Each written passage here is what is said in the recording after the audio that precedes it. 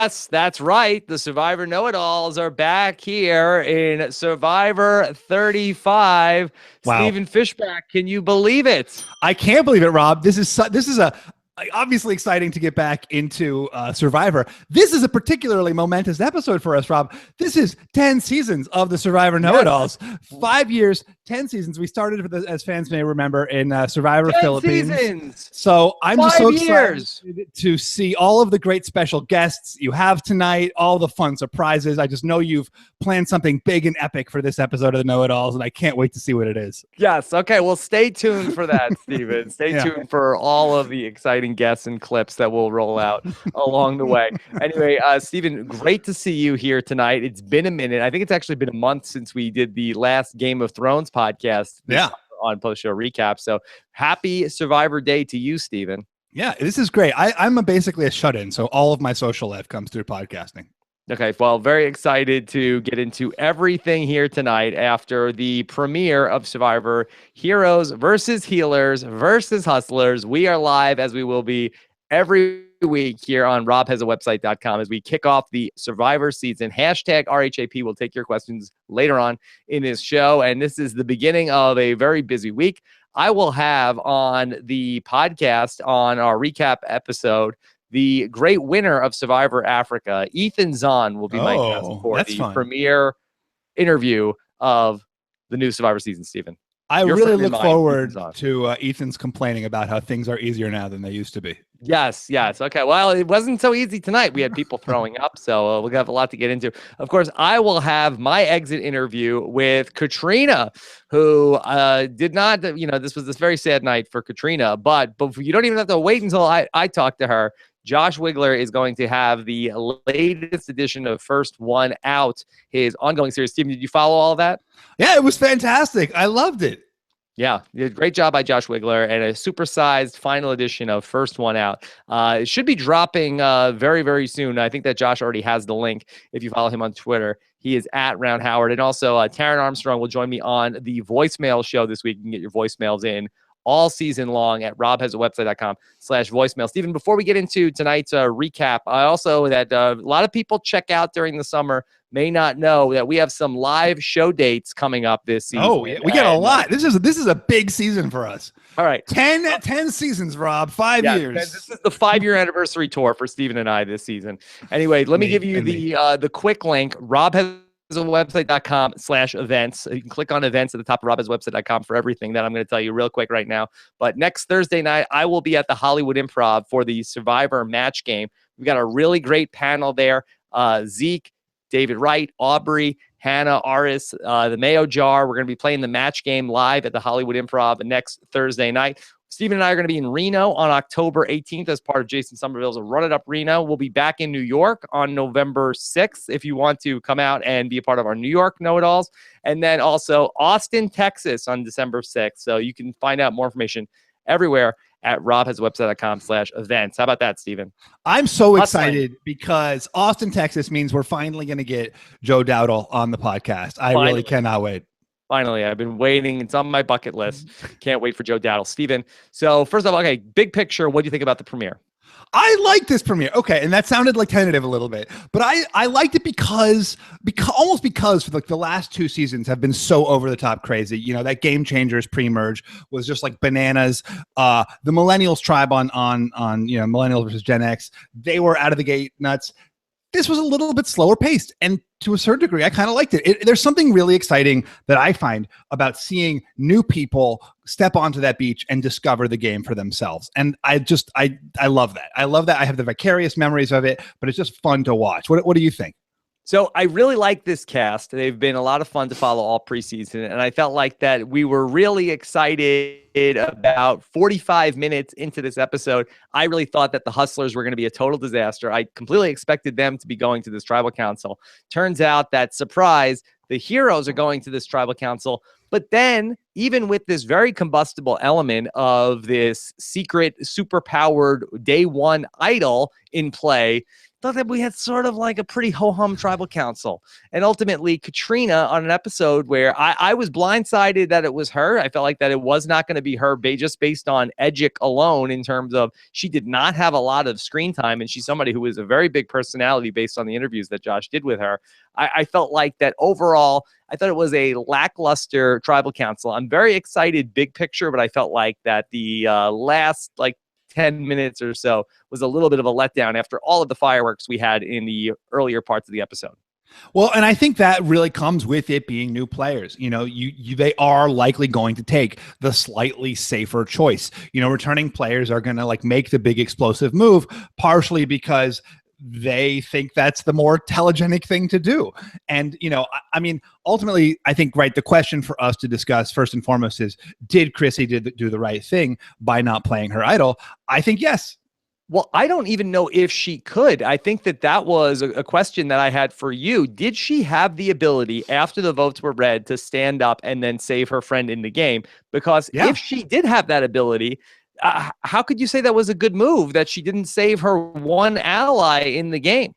So I thought about this a lot, and my first instinct was, this is the wrong move, Chrissy. You've got to save Katrina. She's, as you said, she's your one ally in this game. Partially, I just wanted her to save Katrina. I wanted that to happen. I wanted the big TV moment. I wanted that JP Ashley thing to come apart. But think about it, if you're Chrissy, right? Let's say you do save Katrina. Then basically what you're doing is you're pissing off all of the other members of your tribe, and you're cementing your place in this bottom two of outcasts that's already got a terrible nickname, the Mom Squad.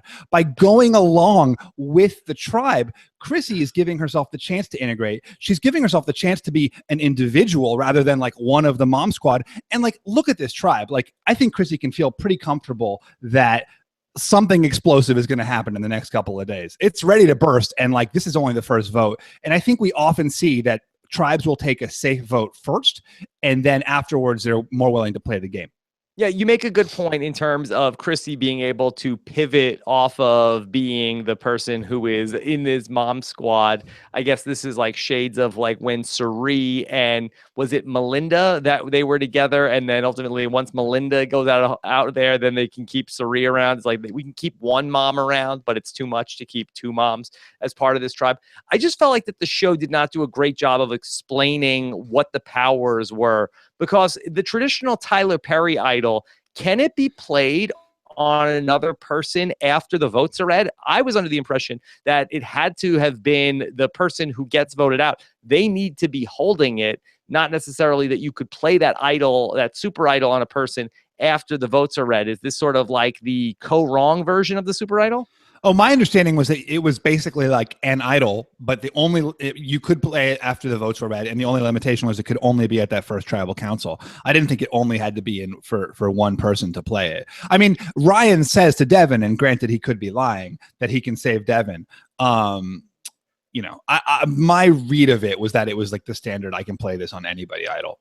Yeah, I mean, it sounds like that is the case. I think that when I do my rewatch, I just want to make sure I have the instructions right, because I don't want to be critical of somebody's strategic move and then idiot doesn't understand the rules of how this particular idol is going to work. Stephen, I want to float a theory past you, and you tell me what you think. So we saw a lot of idol paranoia in this episode, both with Alan in the Heroes tribe demanding that JP do a strip search, which we said, oh, what a crazy idea when Jeff Probst first brought that up with Haley Ford. Yeah.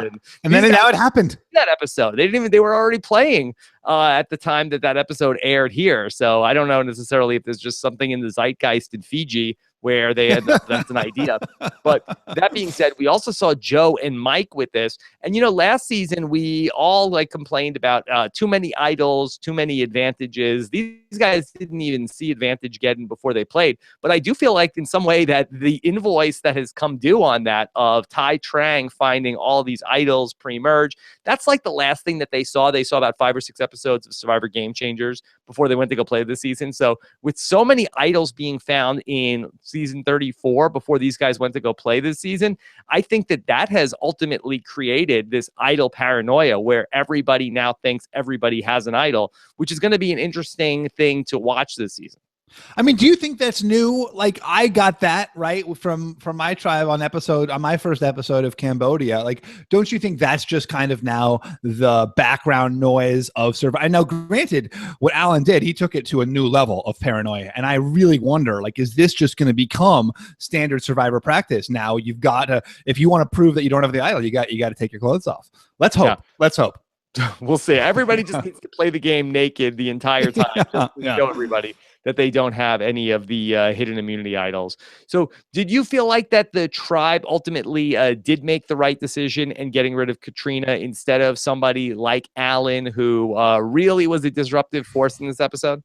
I mean, I think in this, you need, right, this early, it probably is worth keeping like a really strong physical player. If you can skirt a few tribal councils, your tribe is likely going to get swapped around. I mean, what did you think? I'm, laying out all my philosophies. So you were a little more ambivalent about Chrissy's decision not to play the idol. Yeah.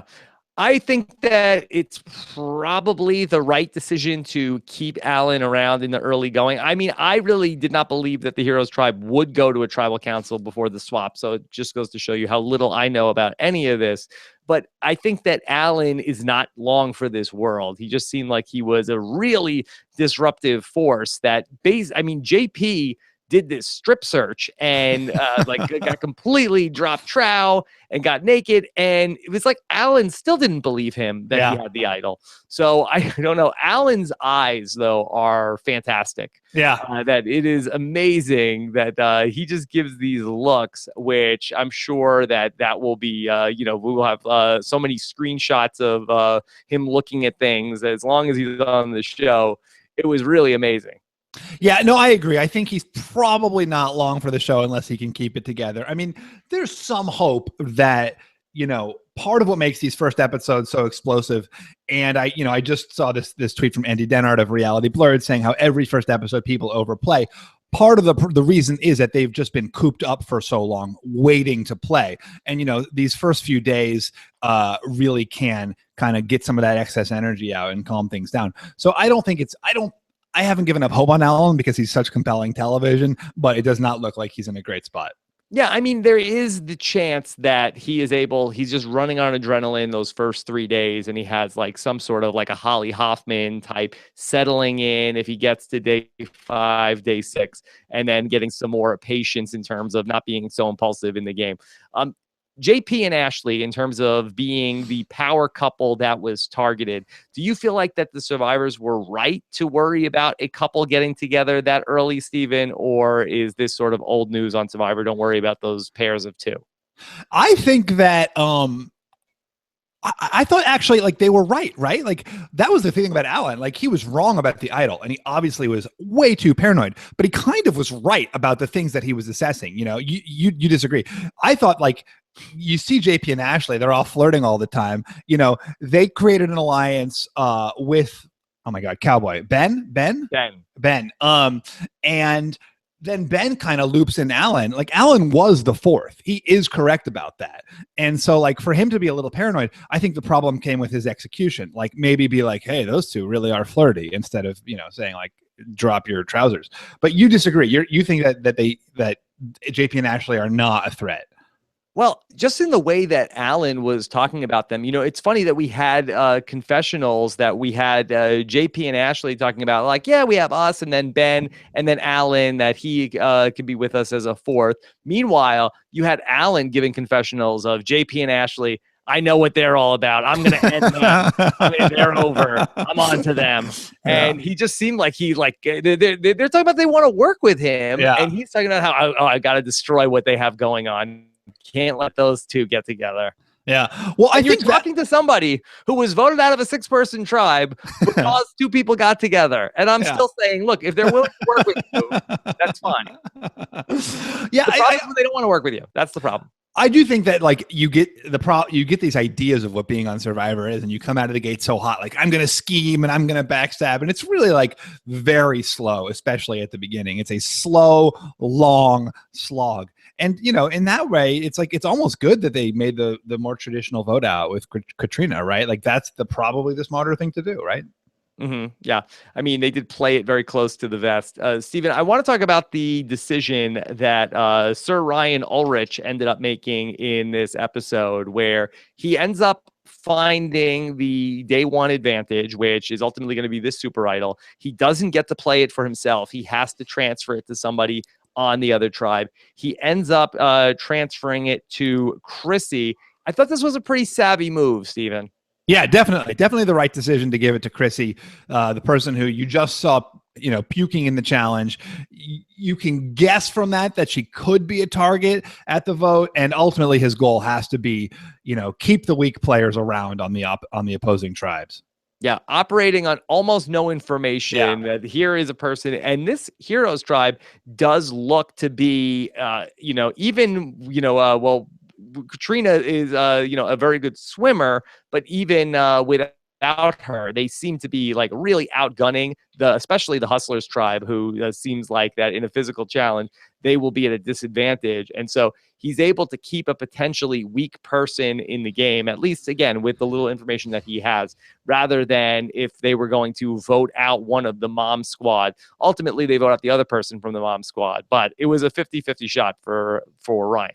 Yeah, no, I thought he did the best he could with what he had. The thing that I wanted to talk to you about was, which we go back and forth about. What did you think of his decision to share the information with Devin? I don't know. I didn't love it in terms of what he could do. This day one idol, I guess that for him, what was the downside in terms of that? I mean, it didn't seem like that Devin was going to be a guy who was going to run back and tell everybody what he had. And so I think he felt pretty safe. And this day one idol, it's almost like that when you are in a foreign country, you have like foreign money, and it's like, it's only good when you're here. And so he had like this up until this first tribal council to use this thing. It was going to expire. And so I think he felt like, well, even if we don't go to tribal council, maybe I could just garner some goodwill out of this. Yeah, I think the same thing. I mean, we have gone back and forth a lot about, do you use it as a tool to build an alliance?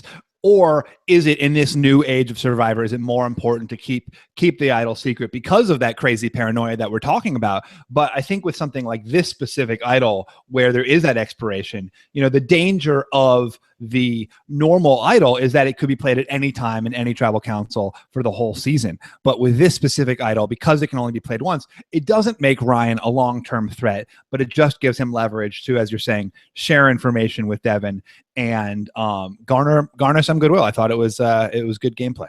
What was your overall night one impression for Ryan? It was great. There's nothing negative to say. What do you mean? Yeah. No, I'm asking you a question. It's not a leading question. No, I thought there was some. You know what? I came into the season a little skeptical about Ryan because he said on your podcast with him, or on Josh's interview with him, that he didn't like Shireen because Shireen wasn't comforting enough to Abby. And of course, as having someone who's like, also had to suffer the black hole of Abby, I know that there's no way to be comforting enough to Abby. So I was like, Ryan, you're in for a shock when you get out there if Abby's there. Get over it. With me, your dad. Yeah. Anyway, he didn't know. But no, I think that he had a great episode. What do you think? No, I thought that he was very fun, especially in terms of finding the advantage. I thought he had a lot of good one-liners. So I'm enjoying Ryan so far. Is the turtleneck, do you think he chose that, or did casting choose that for him? I think that he chose it. I don't think they never put a turtleneck on anybody else before. Yeah, maybe, mix things up a little bit. Yeah. So is that like a deliberate attempt to be like branded as the turtleneck guy, or is that like just protecting his neck? I feel like it's kind of bad luck. I mean, as a Star Trek viewer, I feel like that to be the person that's out on the team in the red shirt, I feel like that is a recipe for disaster, Stephen. Yeah. Well, I liked it. I hope he sticks around. I thought he was great. Yes, I was happy when he ultimately got that day one idol. I said, okay, good. Because I thought like he was definitely a candidate to be the first person out of the game if that group went to the tribal council. Do you think that the Hustlers will be able to continue avoiding tribal council? Because to me, they had the most potential to be the flame out tribe of this three. Yeah, even like their strong guy was kind of like a goofball, Patrick, right? I mean, Yeah, Patrick and Devin. Oh, and Devin, sure, yeah, both strong goofballs. Yeah, will they be able? Who knows? Who can say? I probably they'll end up a tribal council, right? Like once in the next couple episodes. You would think so. I mean, but I thought they were going to go to at least 4 or 3 or 4 of these first tribal councils. So we'll see if they're able to keep it together. I do feel like that in these 3 tribe seasons that there's a lot to momentum, and especially when they ultimately did not get fire in the first challenge and the other 2 tribes did.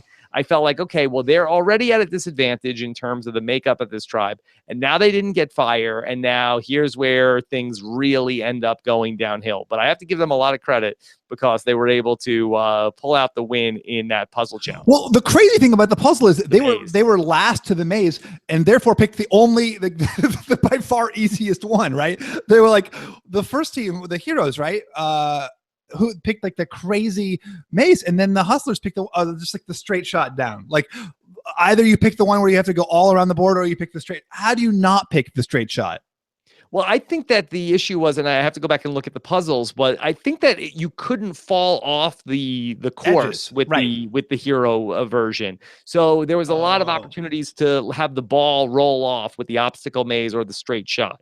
Oh, so there were okay. I missed that then. There were like walls all the way around the hero one. Right. It was like a longer course, but I don't think that your ball could have potentially just rolled off. Yeah.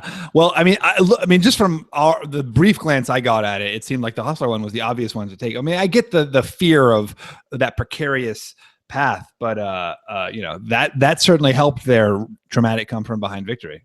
Speaking of a precarious path, I did really enjoy that they brought in the Survivor Guatemala go-kart obstacle once again. I mean, that was great from that season. I think that that was, they did it when the teams were still tribes, and you had to cut the rope and then end up crashing the car. Really happy to see them bring that back. Do you think that's scary to jump in that little go-kart and hit the bale of hay? Or probably not that scary. Probably not that scary. Yeah. But maybe a little bit. Yeah. It's the adrenaline. That was the other thing I wanted to applaud Ryan for is the seeing that thing in that crazy adrenaline of that marooning. That's a nutty moment. You're all of your senses are just going haywire. The fact that he had the wherewithal to see that little clue when there was just so much chaos around him is really a testament to his ability to exist in the moment. All right. Well, good job again by Ryan finding that. See, I want to talk about another big moment from the episode, and this involves Dr. Mike, who was somebody else I was worried about potentially being a first boot in this season. And he is somebody who was a lot of fun to watch. He also was on the hunt for an immunity idol that he got some advice from his 10-year-old son. Dad, make sure you look for the idol. And he did. But we had Joe calling him out about his search for the idol. Luckily, he did not need to do a strip search a la JP in this episode, but we had 2 really intense idol confrontations. Yeah. First of all, is it possible for like a pale guy with glasses to not get goofy music in the Survivor premiere? Like, can we just have some people might find it inspiring that someone like, say, Mike or someone else has the wherewithal to push himself outside of his means. You're going on a journey this season, Stephen. But they need to start you in this one place. In this goofy music. Else by the end. I want inspirational music when the pale bespectacled guy goes off into the jungle by himself. I find that moving. Mm-hmm. Anyway, so yeah, it was interesting. And I mean, I like both these characters. Both Joe and Mike are some of my favorites of the season. I thought that Joe actually did a really good job in the way that he approached Mike. He kind of sussed him out, but then he kind of tried to pitch it as a moment of respect. And then I was sort of surprised by how badly Mike handled that moment. He's like, okay, that's nice. And Joe was like, yeah, I respect you. Maybe you respect me. And Mike was like, uh-huh. It seemed like I wanted Mike in that moment to find commonality with Joe and say, hey, you know, we're both players. Why don't we form an alliance? But it seemed like it more than anything, it irritated Mike. What do you think? I agree 100%. I feel like that Mike felt like that he got caught with his hand in the cookie jar because he was looking for the idol and Joe was accusing him of having the idol. And so that for Mike, I feel like that maybe the better way to handle that might have been to say, you know what? You're right. I was looking for the idol. I don't have it. Yeah, I was like, trust me. Like, I'm like, here, I'll strip search, you know, whatever. Yeah. I don't have it. But let's work together on this. I think that you are absolutely right that there was an opportunity there from that moment of confrontation. And I feel like that Mike just ended up not handling that really great. And, you know, certainly the contrast between the way Joe asks about the idol and the way Alan asks about the idol is a study in, you know, what to do versus what not to do. You like the Joe version better. Yeah, I thought Joe was great in that moment. Did you also think so? I thought that Joe was a little too intense. I felt like that he could have said what he was trying to say by saying less. Again, Alan is the opposite extreme, the extreme of you know, he was tripping. You don't want to be tripping. Okay. Tripping is bad. That's all the way on one extreme. But I feel like that somewhere between perfect and tripping lies Joe. Somewhere between perfect and tripping. That's actually the title of my autobiography. I don't know. But as Mike correctly pointed out, it doesn't matter if I have the idol or not. If they think I have the idol, this is almost as bad as if I actually had it and they knew about it. Yeah, yeah. It's a fun tribe. I like that tribe a lot. You know, you got the guy with the abs. Cole. Yeah. He's got abs. Yeah, the Healers tribe seems like a pretty well-balanced group of the three. I feel like that was one thing I got right in the preseason. Yeah, there do seem to be some really fun characters so far this season. I'm pretty excited about where this will go. Okay, give me some more standouts. Who else did you care for? Well, now you're putting me in. On the spot. Yeah, on the spot. I liked Allie a lot. Okay. Why, what did she do that you felt like that? I don't know. She just was funny. And, you know, she's strategic, I guess. I thought the way she approached Patrick was pretty good. And she's a celebrity assistant to a YouTube yes, Lozelle. Oh, okay. So that's a fun job. Haven't seen that before. Yeah. Yeah. Does you think she knows? Does she knows? You think she knows Mari from like the YouTube world? I don't think it's like that. I don't think it's necessarily you know every single person that's on YouTube if you work for somebody that's on YouTube. Yeah. No, I liked her a lot. What about you? Who are you into? Of the people that we haven't talked about yet, let me see from who got some screen time. I think we've talked about most. Ben is somebody that I feel like that we have not really given their due just yet. But I felt like that he probably, to me, was like the best player in terms of how that whole situation went down at Tribal Council. It seemed like that he was somebody that was both sides felt like he was working with them. He didn't come across as sort of like the backstabbing swing vote out of any of it. So Ben, I felt like that was somebody who had potential in the season. I felt like that he really delivered on that, both in terms of being a fun character and playing well through night one. Yeah, no, I totally agree. I felt like Ben had a lot of potential. You know, we didn't see that much of him, but the little bit we got, it showed he was being, you know, smart with his decision making. And as you said, like he's really well positioned on that tribe in terms of being friendly with everybody. You know, nobody's really and nobody suspects him of anything. Okay.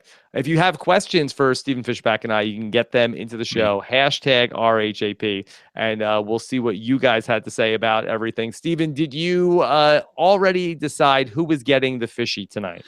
I did, Rob. It's Ryan. It's Ryan Ulrich. I thought the way he played, you know, hard to reward someone on the Heroes tribe for that mess and, you know, somewhat, you know, kind of obvious vote that didn't, you know, and Chrissy's decision is as much as I defended Chrissy's decision, you certainly could see making the alternate point that she's got one ally in this game. Why don't you save your ally? You know, and so much of that depends on what her real other relationships are with people on her tribe. I thought Ryan just, you know, played his moment with Devin incredibly well, you know, and as we talked about, you know, giving the idol to Chrissy was on the money. Yeah, I think you convinced me on the Chrissy should not have played the idol on Katrina. Oh, how about that? Yeah, Knowing it's know-it-all. I think yes, I guess so. But just coming around on it in terms of playing that out, that yes, Alan looks like that he could be a potential target moving forward, but just the idea for the group of keeping the two moms together, nothing against moms. I love my mom. But to have two of them in that group of six, I feel like that could be too much to bear. Whereas you can keep Chrissy moving forward and she feels like that she can assimilate into the group and she might feel like she has a good relationship with Ben and that she might feel like, maybe that Katrina could be some dead weight for me. Yeah, and we've seen that before where people who are pairs early get separated, and that kind of enables them to work really well. As I mean, you had the Suri example, Malcolm and Angie. Mm-hmm. Sure. Certainly a different sort of power. No, basically exactly the same in every way. Exactly the same in every way. Steve, what do you think about the big opening where we were going to have one of the tribes get like a gigantic bonfire, the other tribe get flint? That bonfire is going to burn through wood so fast. I feel bad for that tribe that had that crazy bonfire. They really had to worry about their wood supply. Mm-hmm. Yeah, no, that was great. I actually really like that. I really like that opening. I like that, Survivor, when they've played with the have not question early on, obviously doing it to the extremes that they did it in Fiji was bad, but it is fun to like give one tribe a slight advantage. Does that make the other tribes work harder? It's always interesting to see. What about marooning? Are you sick of marooning yet? This guy, I like this. Are you sick of marooning? Are you trying to project your feelings onto me? I just feel like that you've seen one marooning, you've seen them all. I feel like let's just get down, let's just get to the camp. Yeah. I can only speak to what I just saw, and I like the chaos of this moment. I thought that was fun. Yeah. I know that in Second Chance that you guys were out there, you guys were marooned. Yeah. And I think they had not done a marooning in a while since then. Yeah. But now every season since then, this is 4 straight years, or I guess 5 straight seasons. I don't even remember. But we had a lot of maroonings. Yeah, next time we do the think tank, we got to come up with other ways to start the show that are not just either like show up in camp or the marooning. There was an interesting one in like the Nicaragua one, right? Where that was like this like crazy hunt through the jungle for an idol. I think before they even like knew their tribes or something. Yeah. Okay. Well, we'll see ultimately if that comes around. There's marooning in Australian Survivor as well. So a lot of marooning going on. Yeah. Okay. All right. Want to get into some of your questions here. So I remember hashtag RHAP for that. And Stephen, who do you think should have gotten the Cesternino Award, the worst player of the night? I mean, you got to give it to Alan, right? Like, who are you going to give it to? You tell me. I think you have to give it to Alan. I mean, Katrina got voted out, but she did not necessarily play poorly in any way. And nobody else, I think, is in real serious contention. Yeah, that's the thing. We didn't see. I mean, that was the thing about this episode. There wasn't that much erratic gameplay. I think maybe with the last couple of seasons, we've gotten used to that. But again, like this is episode 1, and it's fun. It's fun to see new people on the show. I really like it. Yeah. Again, that the actual turnout of this episode was, a little ho-hum, but overall, I'm very bullish on the direction of the season. Let's get into our questions.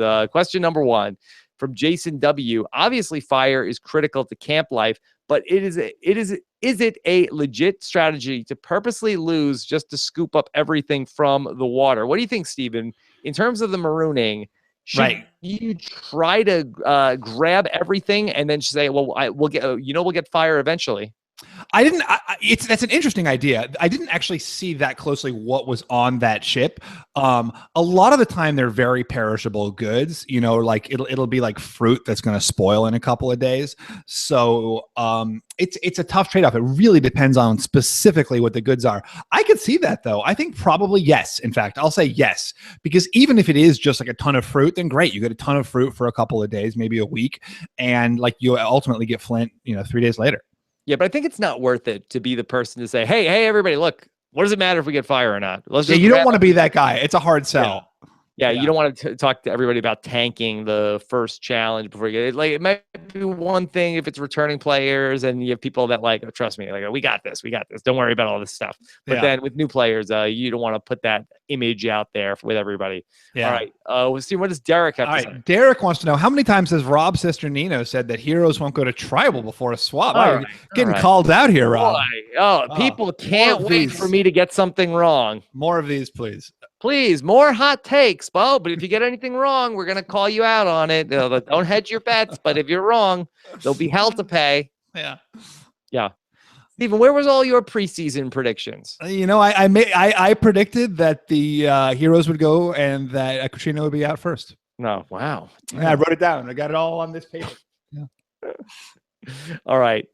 Matthew wants to ask, what do you guys think it says about Ryan's gameplay that he gave the idol to the perceptibly weakest player on Levu? And kudos to Matthew for knowing the name of the tribe. Oh, no. I'm not. We can't have that. We can't be calling anything Levu. That is not going to fly here. Mm-hmm. Yeah. Stephen, should Ryan at some later date tell Chrissy, hey, remember that idol you got? That was me. Yeah, I think so. I did that. Yeah, he definitely should do that. Mm-hmm. Yeah. Will there be any negative repercussions with Devin down the road telling people that he has that idol or he discovered that idol? Like if people say, hey, just so you knew, Ryan had the idol on day one. He didn't tell anybody. It's so situational. I am going to guess that whatever like day one lie someone says is not going to really haunt them if he gets far enough in the game that it actually matters.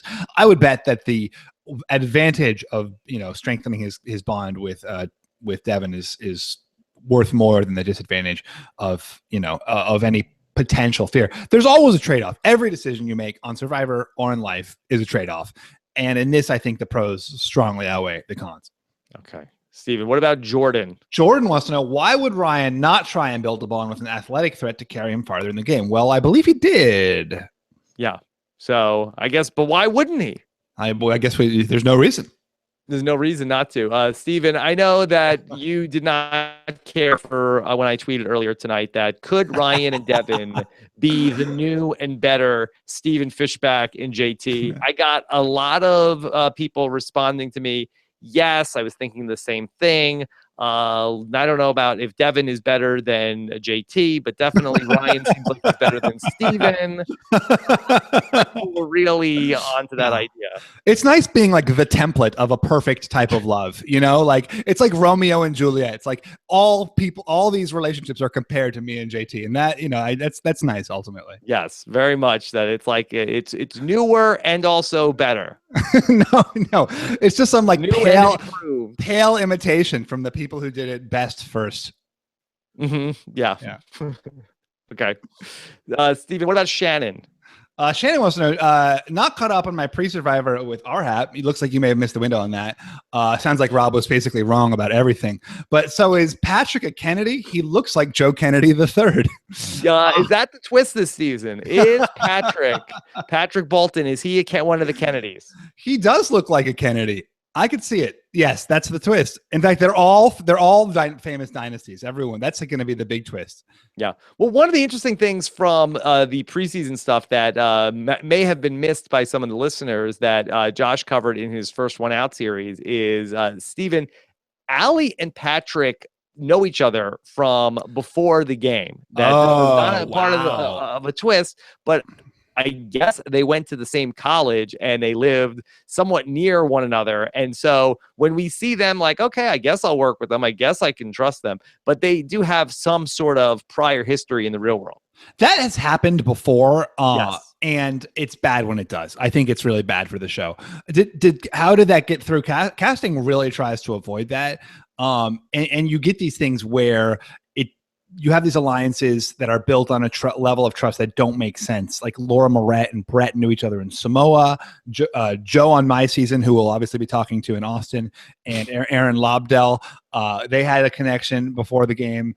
And it really does affect the decision-making because there's so little trust in Survivor. And, basically a good amount of trust outside Survivor, right? We all have lives where we essentially trust people. So I'm really sorry to hear that. That's too bad. Yeah, I don't know, how well they knew each other, but they at least knew one another. And Allie spoke about it in her interviews pregame. I'm not sure if Patrick spoke about it, if he is somebody that even recognizes her from anything, but she seems to know him. Yeah, that's too bad. So Eric Stein says, absolutely despise this forced super idol, unnecessarily manufactured producer nonsense. Just let them play. Okay, let's talk about this, because Yeah. Eric Stein is somebody, and he is a consultant on reality TV shows, so that I respect his judgment almost more than any other person, maybe present company excluded. Stephen, do you feel like that? Because I went into this, I felt like that this was a good idea.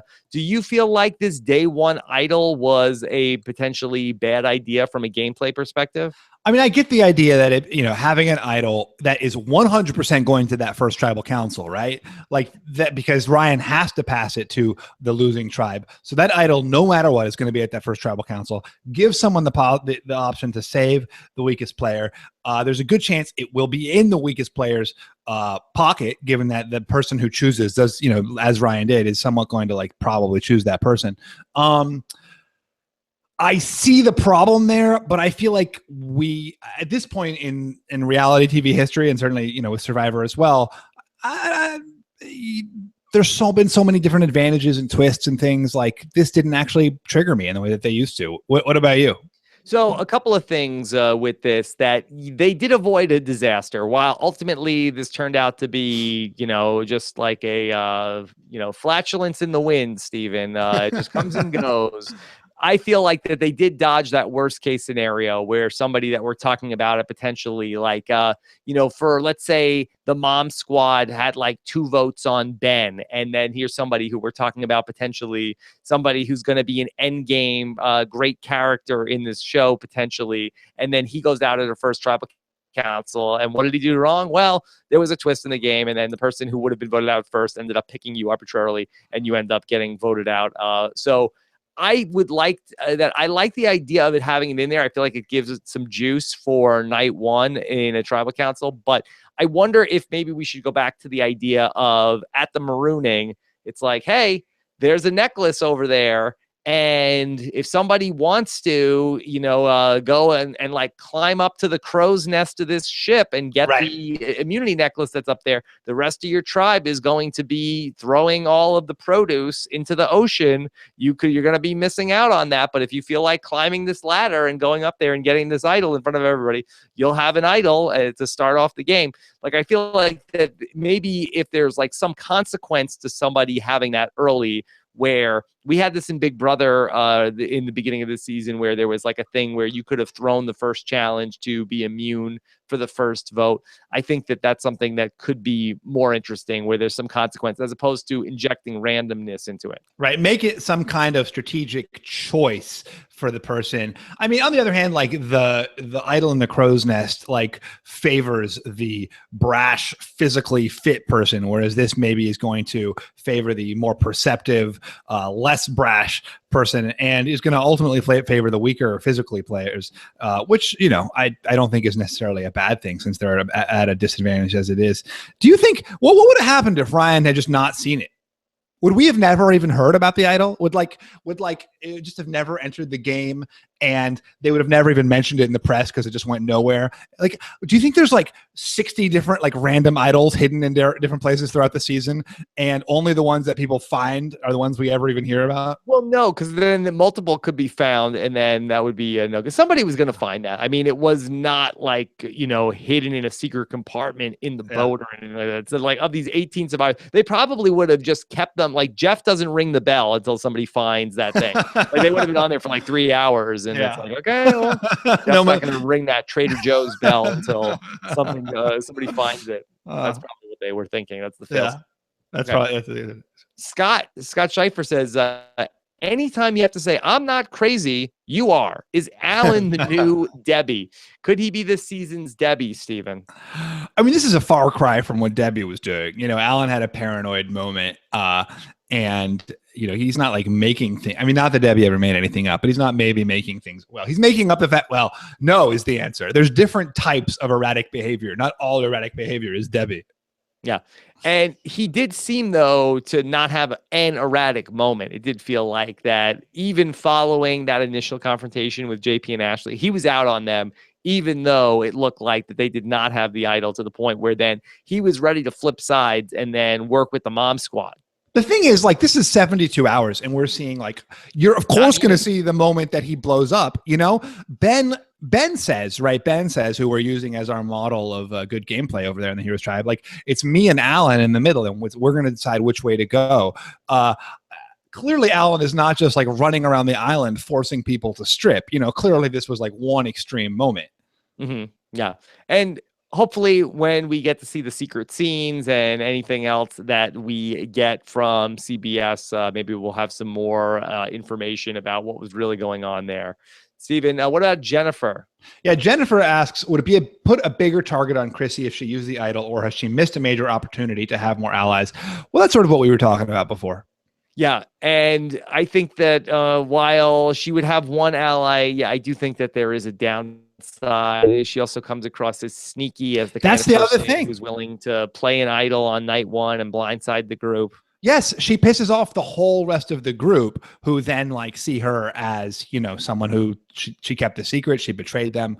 I think the downsides for her are much higher than it's because it's not like she had like some strong other alliance that just needed one vote to get the numbers or anything like that. And also maybe who knows how she really feels about Katrina. Like, yes, they've bonded because they're both, women of this basically the same age, but they may not even like get along that great. That's possible. This is from Chris. I feel that the fear of so-called power couples on Survivor is overblown. It's a much bigger deal on Big Brother. Stephen Fishbach doesn't watch Big Brother, so I could tell you that I believe you. The last power couple on Survivor that really made an impact. Oh, JT and Steven. Right. That really made it. Well, how about this, Stephen? It is the romantic power couple feared more irrationally than they should be on Survivor? I think like in the beginning, it used to be like in the beginning, you would look for reasons to target people. Now it seems like in the beginning, you're like finding things to freak out about, and like whether it's like I'm terribly paranoid that these people have the idol or that these people may be a power couple. I think that's what it is, right? It's like people are finding things to be nervous about. What about JP and Ashley? Are you buying them as a romantic couple? Do you think that has been overblown? That's overblown, right? They're probably a little bit flirty, but I can't. It doesn't, just because you're like a little bit chatty with someone, right? Like we're chatty. Yeah, but not like that. I don't know. Who knows? Yeah, I've never seen you naked. I guess that's true. Yeah, I guess that's true. God knows how many idols you're hiding. So think about that. Yeah. All right. And then Clayton and Edmo weighed in to say, Clayton wants to, on a scale of 1 to 10, 1 being a grenade in the face, 10 being a nuclear missile, how bad is Alan's social game? And Edmo is asking, what happened to Alan? Was he just hangry already? Do you think that Alan being hangry was a factor? We've definitely seen this before when muscular men like ourselves go out there and play Survivor. It's one of the first things that, you could be a little irritable. Yeah, that's probably part of it. I mean, it's a pretty extreme deprivation going from eating something to eating nothing. So that's probably part of it. Okay. And then what about Johnny DeSilvera? Johnny wants to know, does Alan remind you two of Jeff Kent at all? Jeff Kent was way too paranoid during Philippines. What do you think, Rob? Jeff Kent, while he had a good hate into Penner, which was, I just don't get in any way. But he never lost his cool, Jeff Kent. He was like, I don't know, this guy Penner, I don't trust him. I don't want him around here. And Penner's like, what did I do, Jeff Kent? I don't think that I don't see it, Johnny DeSilvera. You know what I liked about Alan though was we didn't have that scene that we always get when we have professional athletes on the show, which are like, hey, I kind of recognize you from, that is me. Like there's always that moment in the premiere. Stephen, I know you're not a big fan of the National Football League. Well, see, that's what I was going to ask you. That was my follow-up question. Like, should people recognize him? With all due respect to Mr. Ball, that I do not believe, unless you are a diehard fan of the teams that he was on, that he is not a national figure in terms of being a former football player. He's no John Rucker. So I could definitely see somebody saying to him, "Hey, did you play ball? Or are you ball? But did you play football?" And he says that he was going to say he was a personal trainer, but I do not believe that he is a recognizable figure from football. Got it. Okay. Okay. Unless you are like you lived and died with the teams that he was on. I see. Okay. Let's do one or two more questions. All right. Megan wants to know, was this the most misleading edit ever? Big to do about Alan and the Super Idol, and Alan got no votes, and the Super Idol wasn't even played. Yeah, Stephen, I would not have picked Chrissy as being the person who was going to go home at that tribal council. Oh, sorry, you were correct. Yes. I agree. I was surprised, although it was a short premiere, right? It was a hour-long premiere. In the past, we've had hour and a half or even 2 hour, I think, right, episodes. So there was a lot to get it in, and I don't mind maybe glancing over a little bit the person who is who we have no reason to invest ourselves in anymore. In fact, I would say that I feel like that Katrina might have gotten less airtime than maybe any other first boot that I can remember. Is that true? I mean, we'd have to go through it. I'm sure that there are experts on Reddit and all sorts of other places that could give us the answer to that. But in terms of number of confessionals for a first boot, that she has to probably be certainly in the bottom 10, and maybe bottom 5. Yeah. Interesting. I mean, it's hard because it's like, again, it's the also, 1 hour episode as opposed to 2 hour episodes or 90-minute episodes. But I think that this was the first 1 hour premiere, maybe since Survivor One World. Am I saying? Yeah, it's interesting. Also, that was a medevac in the first boot. So very, I think that maybe this does coincide with, how much there is in the first 3 days and the episode length. Courtney Moon, what might have been? What might have been. Love All right, and finally, Mark Douglas wants to know it all's question. Since Chrissy didn't play her idol, do you think that she can play it as a fake idol now? What do you think is the likely definitely scenario? Yes, that I think is the advantage of this thing. I'm sure that's what production is going for. Now there is an idol in this game that looks exactly like an idol because it was one, but is not one anymore. Okay. You don't think that they would take it away from her in terms of like, okay, well, this is null and void now. This looks too much. This is like counterfeit. No, they want that, right? They had like that idol making kit as one of the things that Debbie could have got on that, from Cochran. This is a good question. This is a good question for Chrissy at the point that we do some sort, whether she wins the game or she gets voted out when we do exit press with Chrissy. Somebody remind me to ask her that question. I bet we find out before sooner than that, because I bet that it does come up. Okay.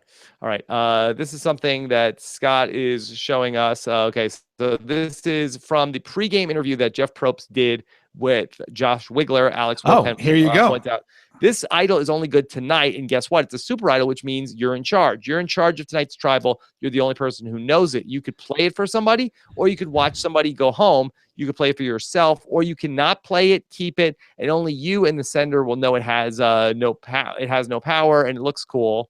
Okay, so maybe you can get some power by bluffing people. Mm-hmm. Yeah. So there you go. Scott, can we just go back? I just want to read that last line one more. No, that's what it said. So that maybe you can get some power by bluffing people. Yeah. So you can keep it, or you cannot play it, keep it, and only you and the sender will know that it has no power and it looks cool. Okay. So okay, interesting to know. All right. Yeah. So there you go. So basically, I was right about that too. Okay, well, Stephen, don't strain yourself, patting yourself on the back at night one of Survivor. Well, I don't get any kudos from you, Rob. If you said nicer things, maybe I wouldn't have to praise myself. All right. Well, we've got a lot of stuff coming up here in the next few days. If you've missed our preseason coverage, so we're going to be doing the schedule a little bit differently this fall. I will have my exit interview tomorrow with Katrina, and then I will have my interview with Ethan Zahn coming up for you guys on Friday.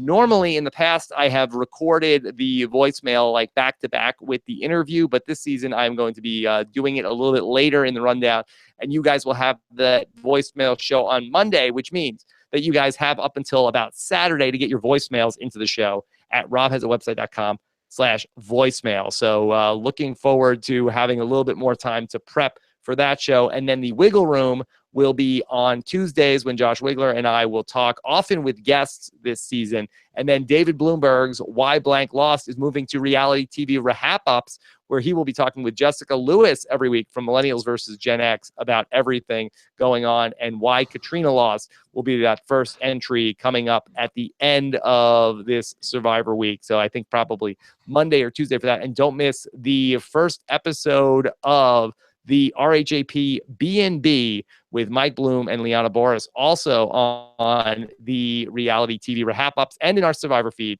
It's Hollywood Game Night meets Survivor, Stephen. Did I lose you? No, I'm here. I'm really, I just wanted to say, I'm so excited for that Jessica is podcasting. She's such a fan of the show. In addition to obviously having played a very strong game while she was on the show, I'm really thrilled to, I'm really looking forward to listening to her.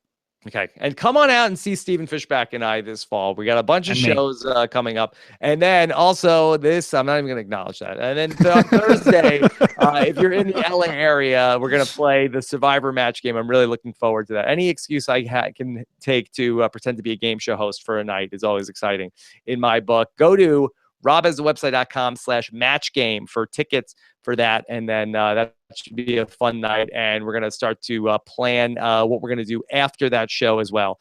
robhasawebsite.com/matchgame. Some other stuff coming up on the Rob Has a Website.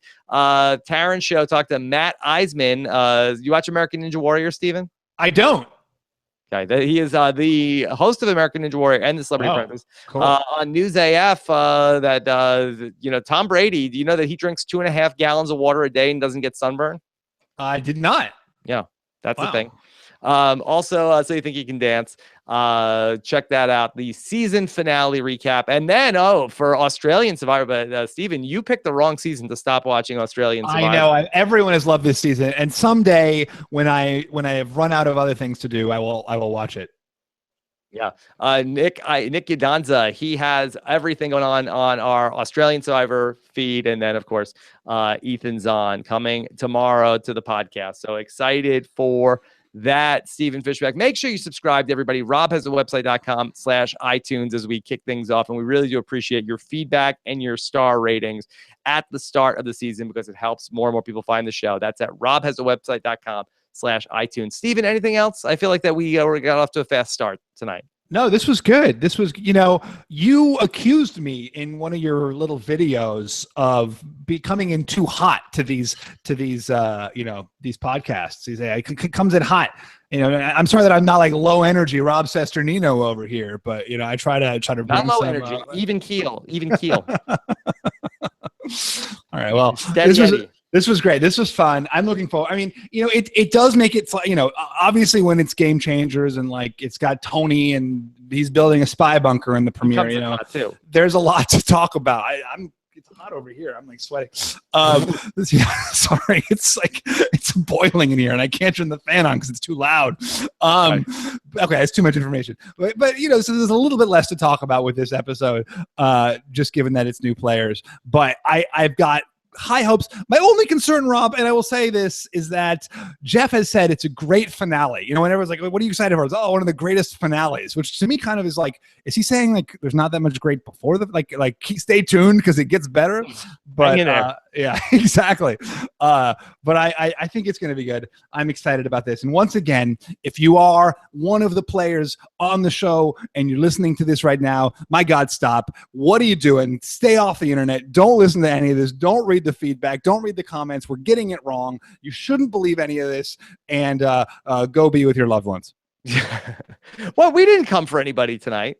No, but I just I know, and both from having been on the other end of it and getting people's, things. It's like, you didn't know that the reason I said some trivial thing, we'll set someone off. You didn't see that the reason I said this was this. Trying to piece together. We don't have all the answers, right. And we talk about things and they're like, oh yeah, we were totally wrong last week when we said that. So that the players don't need to kill us. Okay. Yeah. All right, Steve, do you have a hashtag for tonight? Oh my God. No. Do you? Hashtag Stephen was right. How about No. I don't like that because I was joking and people are going to think I was like serious. I mean, I was right. Well, you cover anything else? Anything else? Okay. People are saying the cavity search idol, but we didn't really talk about that in the hashtag Mom Squad. Again. All right. So we need to get better. Hashtag Survivor KIA to start off the season. And I like it. That's the classic. It's for the 10th anniversary. Wait, where's the special guests? Oh, they're coming. I'll have one every Thursday this season to celebrate the 5-year anniversary of Survivor Know It Alls. Thanks so much to Scott St. Pierre behind the scenes. Take care, everybody. Have a good night. Bye. Good night. Bye.